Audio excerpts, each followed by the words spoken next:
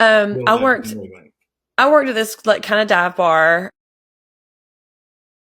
as, Uh-huh. but they Uh-huh. had a break room that was probably, I don't know, 6 foot by about 4 foot. And so there was not a window.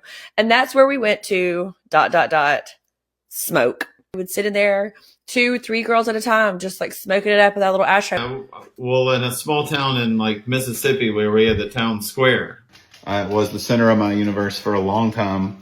And so these are, like where all the businesses are, which mean behind all these are streets, alleys, what have you. So back there, throughout the day and night, you can get the news, you can trade with folks about things, figure out what's going on, plan your day and week right there. And I mean, you see drama spill out, you see beautiful things happen, you just see hilarious stuff like